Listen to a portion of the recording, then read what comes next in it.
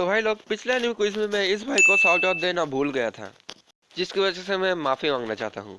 तो शुरू करते हैं आज का एनिमे क्विज।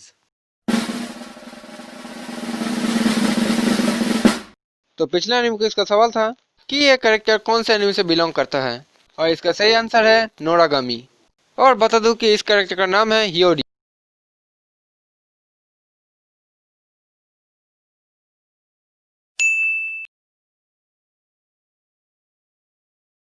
और आज का सवाल स्पेशली ड्रैगन बॉल फैंस के लिए। तो अब मुझे ये बताओ कि गोकू को जिंदा करने के लिए किस काई ने अपना जान गोकू को दिया था। जिसको भी इसका आंसर पता है वो कमेंट सेक्शन में बता दो।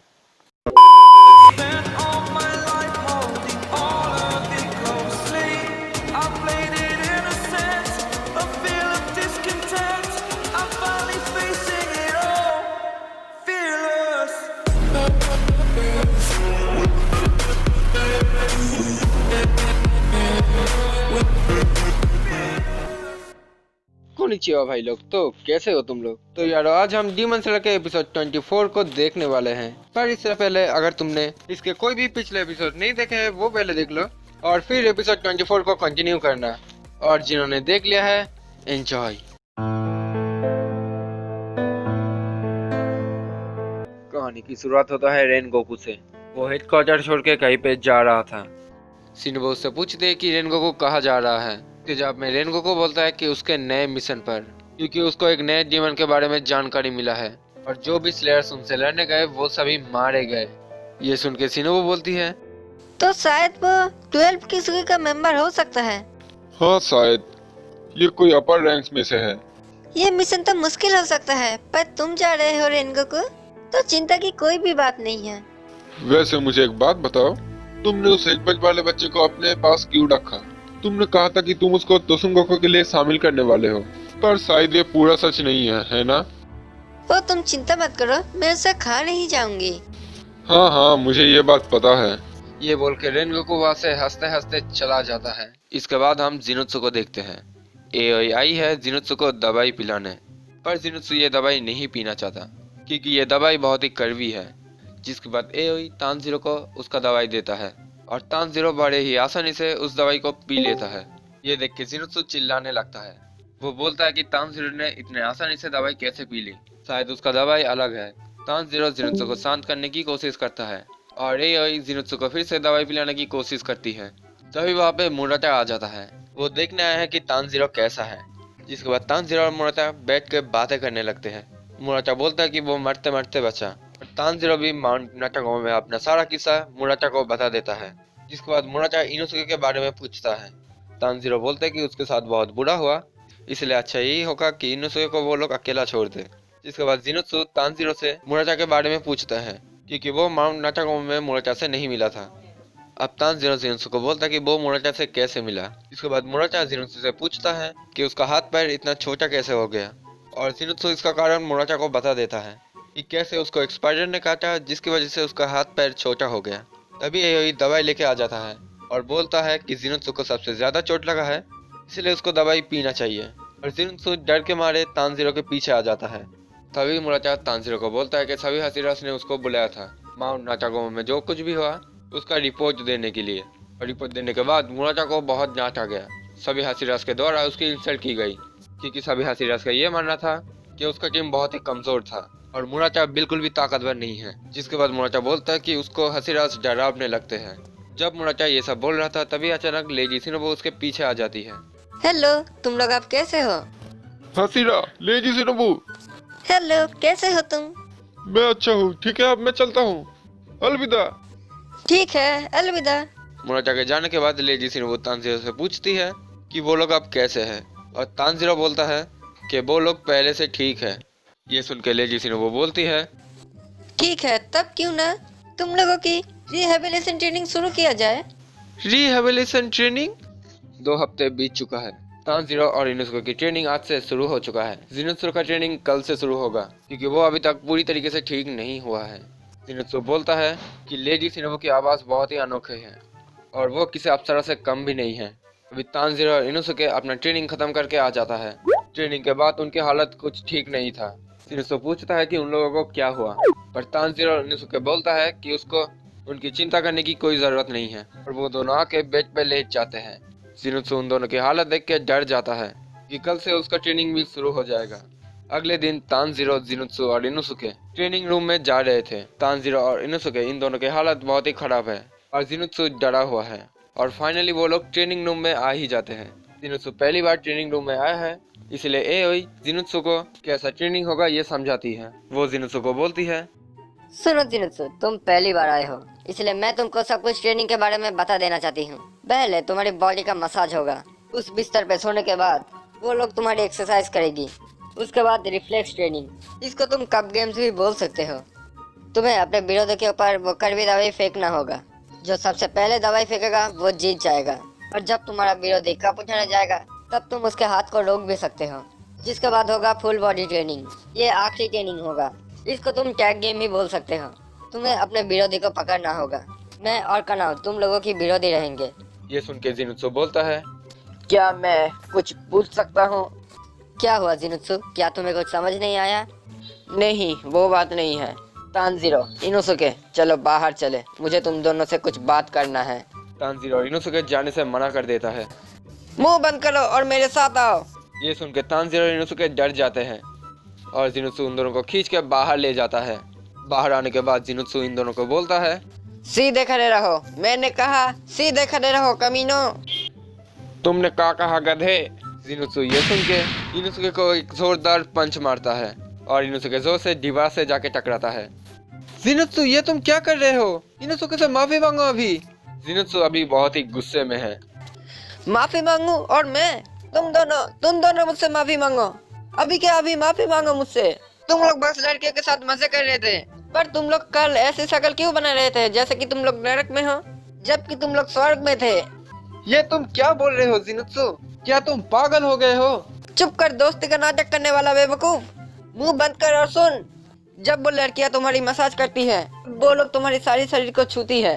जब तुम लोग कप गेम्स खेलते हो तब तुम लोग उनके नरम नरम हाथ को छू सकते हो और आखिर में जब फुल बॉडी ट्रेनिंग होता है तब हम उनके पूरे शरीर को छू सकते हैं।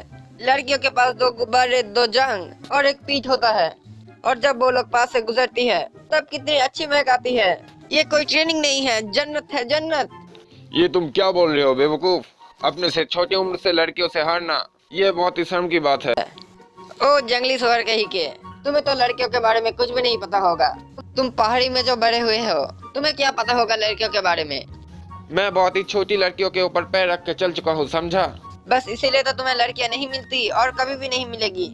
बेवकूफ, मैं जितना चाहूँ उतना लड़कियाँ ले सकता हूँ। अंदर की सारी लड़कियाँ ये बातें सुन लेते हैं।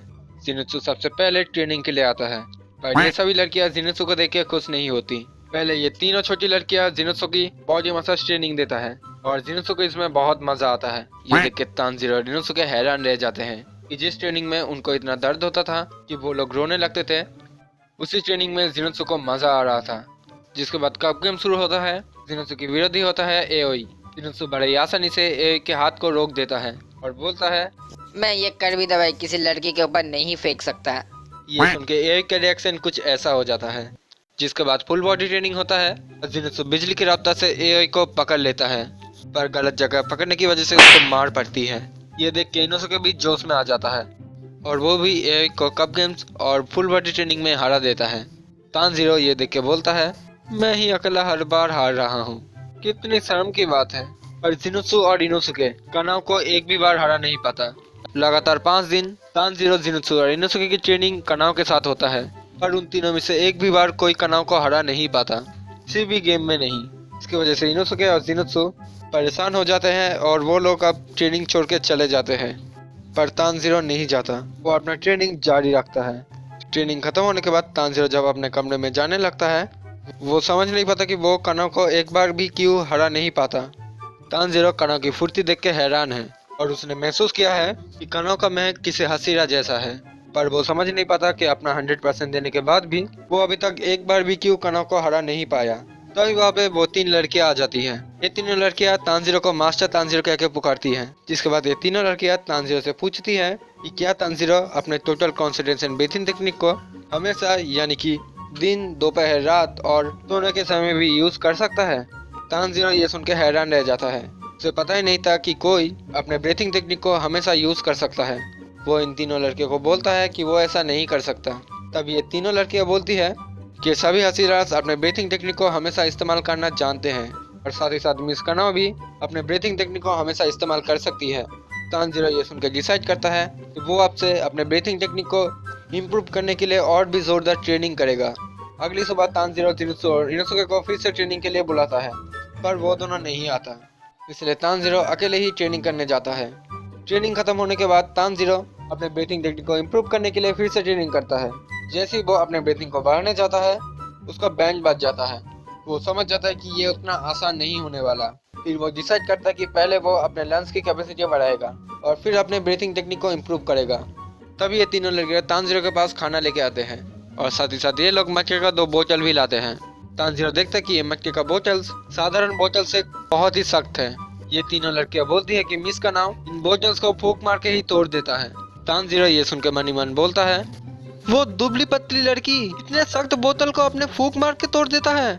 और इसके बाद ये लड़कियां जो बोलती है वो सुनकर तो तानजीरो को और भी ज्यादा शौक लगता है। वो लड़कियां बोलती है जैसे वो लोग आगे बढ़ेंगे वैसे ही इस बोतल का साइज भी बढ़ता जाएगा और अभी मिस कनाओ जिस बोतल को तोड़ती है उसका साइज ये है। तानजीरो ये सुन के तो पागल ही हो जाता है और वो मन ही मन ठान लेता है कि वो अपने ब्रीथिंग टेक्निक को इम्प्रूव करके ही रहेगा, जिसकी वजह से वो अपने हार्ट ट्रेनिंग शुरू कर देता है। और शिनोबी अब तानजीरो को ट्रेनिंग करते हुए देखती है।